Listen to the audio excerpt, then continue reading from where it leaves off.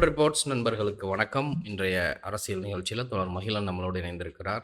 தோழர் வணக்கம். வணக்கம் தோழர். தோழர், மோடியை சந்தித்திருக்கிறார் தமிழ்நாடு முதல்வர் மு.க.ஸ்டாலின். அவர் காலையில் அந்த சந்திப்பு அங்கே நேரிடுது. அடுத்தடுத்த சில நேரங்களில் பார்த்தீங்கன்னா, நாடாளுமன்ற நிலைக்குழு அப்படின்னு பல குழுக்கள் இருக்கும். ஒவ்வொரு டிபார்ட்மெண்ட், ஒவ்வொரு மினிஸ்ட்ரிக்கும் ஒரு குழு இருக்கும்.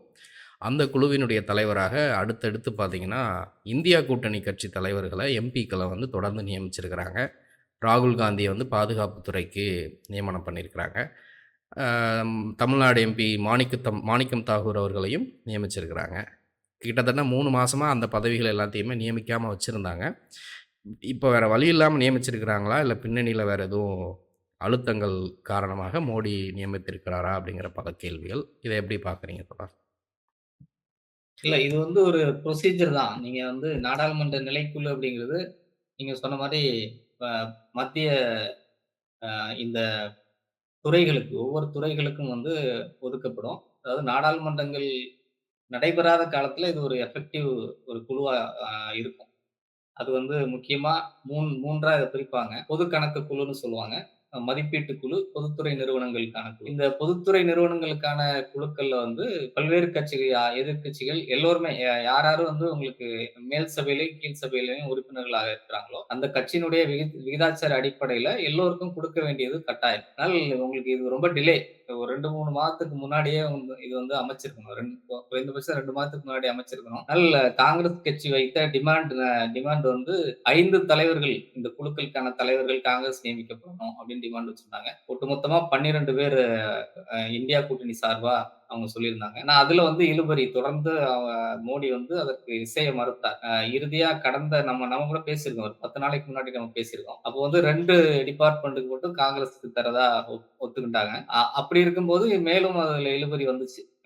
அத அவங்க ஏற்கல. காங்கிரஸ் கட்சி ஏற்கல. இந்த இந்த குழுவினுடைய முக்கியத்துவம் ரொம்ப முக்கியம். இன்றைக்கு இருக்கிற அரசியல் சூழல்ல அது எவ்வளவு பெரிய முக்கியம்னா, உங்களுக்கு அதனுடைய செயல்பாடுகள் என்னவா இருக்கும் அப்படிங்கிறது தெரிஞ்சா உங்களுக்கு அத புரிஞ்சுக்கலாம் நம்ம. விசாரணை குழுக்கள் இருக்கு இதுல. இந்த மொத்தம் 24 குழுக்கள் வரும். அதுல விசாரணை குழுக்கள் இருக்கு. பரிசீலனை மற்றும் கட்டுப்படுத்தும் குழுக்கள் இருக்கு. அதுபோல அவையினுடைய அன்றாட விவகாரங்கள கவனிக்கிற குழு இருக்கு. நாடாளுமன்ற அவைகளின் பராமரிப்பு குழு இருக்கு.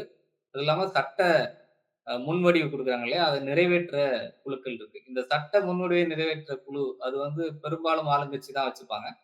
ஆனால் இந்த விசாரணை குழுக்கள், அது ரொம்ப முக்கியம். விசாரணை குழுவுல எதிர்க்கட்சியை சார்ந்தவர்கள் இடம் பெறணும். அதுபோல இந்த அம் பரிசீலனை மற்றும் கட்டுப்படுத்தும் குழு, இதுவும் ரொம்ப முக்கியமானது. நீங்க எத வேணாலும், எந்த திட்டத்த வேணாலும் அறிவிச்சுட்டு, அதற்கு நிதி ஒதுக்குறேன்னு அறிவிச்சுட்டு, அத கிடப்புல போடுறதோ, அல்லது சரியா நிதிய கொண்டு போய் சேர்க்காமல் இருப்பதோ, சரியா திட்டங்கள முடிக்காம இருக்கிறதோ, அதையெல்லாம் இது உங்களுக்கு கண்காணிக்கிற ஒரு பொறுப்பு இந்த குழுவுக்கு இருக்கு. அதுபோல இதை செய்யலாம், செய்யக்கூடாதுன்னு கருத்து சொல்வது மட்டும் இல்லாம, அதை கட்டுப்படுத்தவும் முடியும். இதை செய்ய முடியாது. இந்த திட்டங்கள் மக்களுக்கு ஆபத்தானது. இதை செய்ய முடியாது அப்படின்னு கட்டுப்படுத்துற ஒரு விஷயமும் இருக்கு. அப்புறம் நாடாளுமன்றத்துல சில பிரச்சனைகள் நடக்கும்போது, அ அதை விசாரணைக்கு விசாரணைக்கு எடுத்துக்கொள்ற அந்த பிரச்சனைகள்ல, அந்த விசாரணை குழுவினுடைய அதனால இது ஒரு ஒரு அர ப்ரொசீஜர். இது ஒரு கட்டாயமான ஒரு ப்ரொசீஜர். அதனால இவங்க பண்ண வேண்டியது இருக்கு. அதனால இது பண்ண முடியாம என்னென்ன பண்ண முடியும் அப்படின்னு யோசிச்சாங்க. அதெல்லாம் நடக்கல. இதுவே தாமதம். கிட்டத்தட்ட நமக்கு ஓராண்டுக்கு ஒரு முறை இந்த குழுவுல மாற்றங்கள் வரும்னு நெனைக்கிறேன். ஓராண்டுக்கு ஒரு முறை இது நடக்கும்.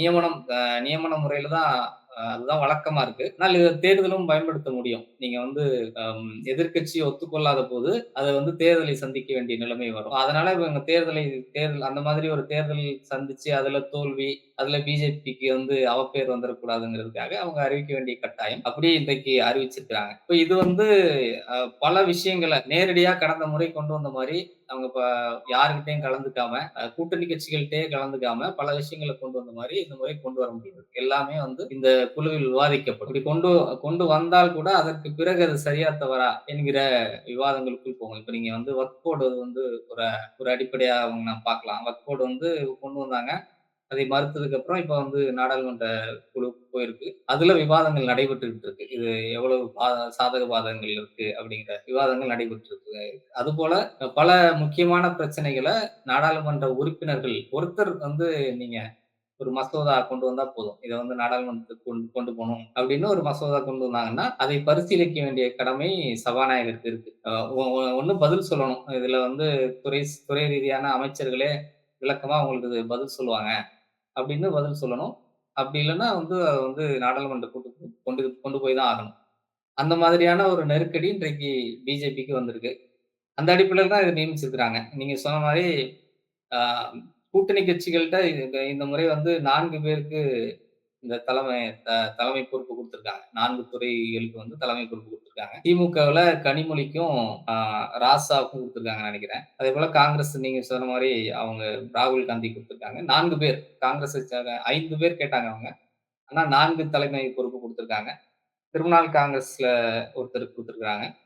இது மாரி ஒரு முக்கிய நகர்வு. இது உண்மையிலேயே வந்து மன்னிக்கணும். இல்ல. திருச்சி சிவாவுக்கு வந்து தொழிற்சாலைகள் துறை குடுத்திருக்காங்க. ஆ இவங்களுக்கு வந்து கனிமொழிக்கு வந்து நுகர்வோர் விவகாரங்கள் அந்த அந்த துறை குடுத்திருக்காங்க. சரண் சிங் காங்கிரஸ் சரண்ஜித் சிங் அவருக்கு வந்து வேளாண் துறை குடுத்திருக்காங்க. அதேபோல திரிணாமுல் காங்கிரஸினுடைய கீர்த்தி ஆசாத்துக்கு வந்து ரசாயன உரம் குடுத்திருக்காங்க. ஆ அந்த மாரி பல பல விஷயங்கள் வந்துகிட்டு இருக்கு. இது வந்து ஒரு முக்கிய நகர்வு.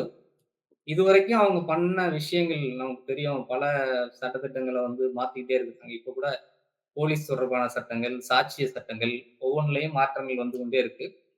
காஷ்மீர் தொடர்பான ஒரு சட்டங்கள் வந்து இயற்றிருக்கிறாங்க. அதெல்லாம் வந்து இப்போ நீதிமன்றத்துல தான் போய் ஃபைட் பண்ண வேண்டிய ஒரு நிலைமை இருக்கு. காஷ்மீர் சட்டம்லாம் வந்து கண்டிப்பா காங்கிரஸ் கட்சி அ முன்வைக்கிறாங்க. தேர்தல் வாக்குறுதியா குடுக்குறாங்க. ஆனால் ஆட்சிக்கு வந்ததுக்கு அப்புறம் அது நீதிமன்றத்துக்கு போயி லோக்கல்ல நீங்க காஷ்மீர் நீதிமன்றத்துல அல்லது உச்சநீதிமன்றத்துல போய் தான் இதற்கு தீர்வு காண முடியுங்கிற நிலைமை இருக்கு.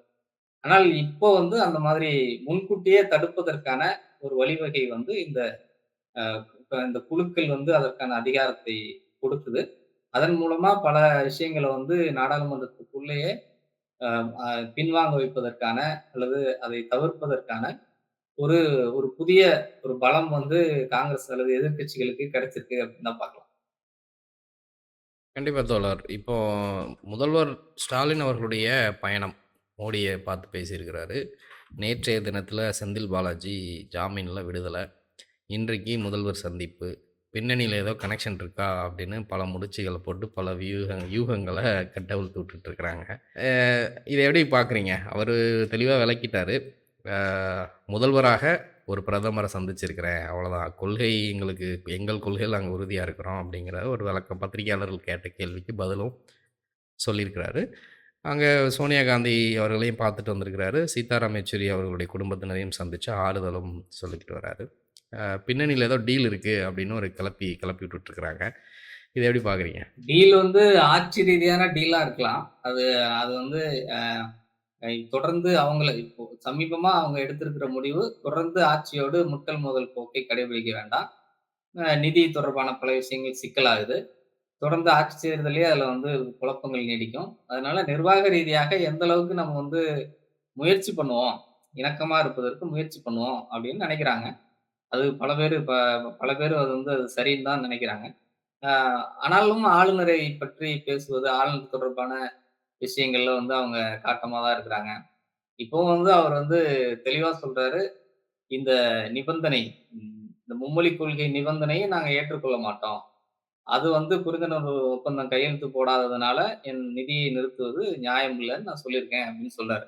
இப்ப நீங்க வந்து அதுல காம்ப்ரமைஸ் ஆயிட்டாங்க. இப்ப இது வந்து இந்த புதிய தேசிய கல்விக் கொள்கையை நாங்கள் ஏற்றுக்கொள்கிறோம் அப்படின்னு நாங்க வந்து கையெழுத்து போட்டு வந்துட்டதா ஒரு செய்தி இல்ல. அது இல்லன்னு தான் அவரு சொல்றாரு. அப்படி இருக்கும்போது வந்து கொள்கை ரீதியாக அவங்க காம்ப்ரமைஸ் ஆறாங்களா? அப்படிங்கிறத நம்ம வந்து சொல்ல முடியாது. அப்படி தெரியல.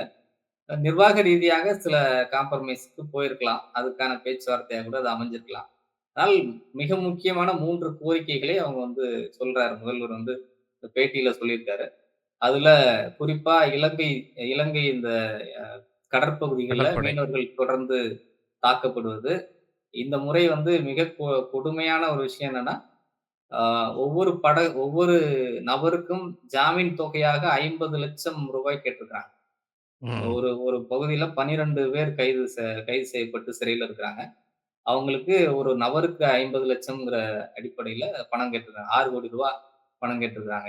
இன்னொரு சிறையில வந்து 24 பேர் இருக்கிறாங்க. இப்படி இந்த இப்போ சமீபத்துல ஒரு 36 பேருக்கு இது வந்திருக்கு. தீர்ப்பு ம். வந்திருக்கு. தீர்ப்புல இந்த அபராத தொகையாக ஒரு நபருக்கு 50,00,000ங்கிற ஒரு ஒரு கொடுமையான விஷயம் நடந்திருக்கு. இதுக்கு முன்னாடி இவ்வளவு பெரிய தொகை பண்ணதில்ல. ஏற்கனவே அவங்க 6 மாத சிறைய வந்து கழிச்சிருக்கிறாங்க. நம்ம இந்தியாவ பொறுத்தவரைக்கும் சிறை அல்லது தொகை இப்படிதான் இருக்கும். உங்களுக்கு நீங்க பல தீர்ப்புகள்ல பார்த்தீங்கன்னா, ஒண்ணு சிறை 6 மாதம் சிறை அல்லது அபராதம். இப்படிதான் இருக்கும். அபராதம் ரொம்ப செலுத்தாவிடல்னா செலுத்த முடியலன்னா சிறை போணும். முடியலன்னா சிறை இருக்கும். அந்த மாரி இருக்கும். ரொம்ப பெரிய கேஸஸ்ல தான் வந்து இப்ப கூட செந்தில் பாலாஜிக்கு அத வந்து வைப்பு நிதியா வைக்கணும்னு தான் சொல்லியிருக்காங்க. அது அபராத தொகையோ, தண்ட தொகையோ இல்ல அப்படின்னு நெனைக்கிறேன். என்னுடைய புரிதல் சரியா இருந்தா. அப்படி வந்து அப்படிதான் வந்து சட்டதிட்டங்கள் இருக்கும்.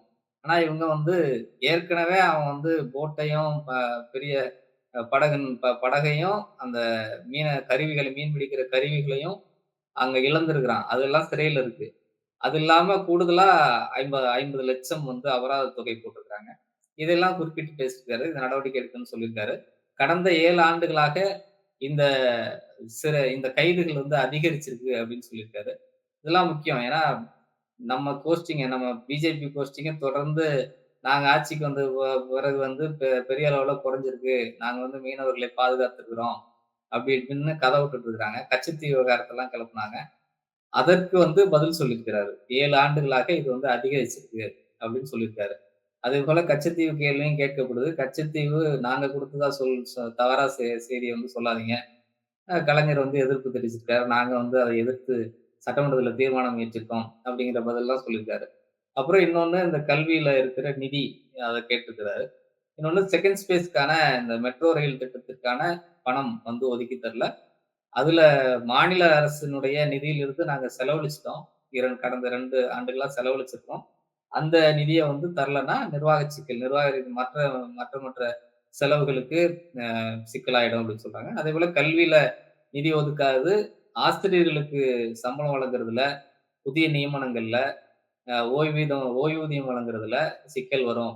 இது வந்து கல்வியையே பெரிய அளவுல பாதிப்பதற்கான ஒரு வேலையா போயிடும். அப்படிங்கிறதையும் பேசியிருக்காங்க. 15 நிமிடம் கேட்டோம். 45 நிமிடம் பேசியிருக்கோம் அப்படின்னு சொல்லியிருக்காரு. 45 நிமிடத்துக்குள்ள அவங்களுக்கான தேவைகளையும் பேசியிருக்கலாம்.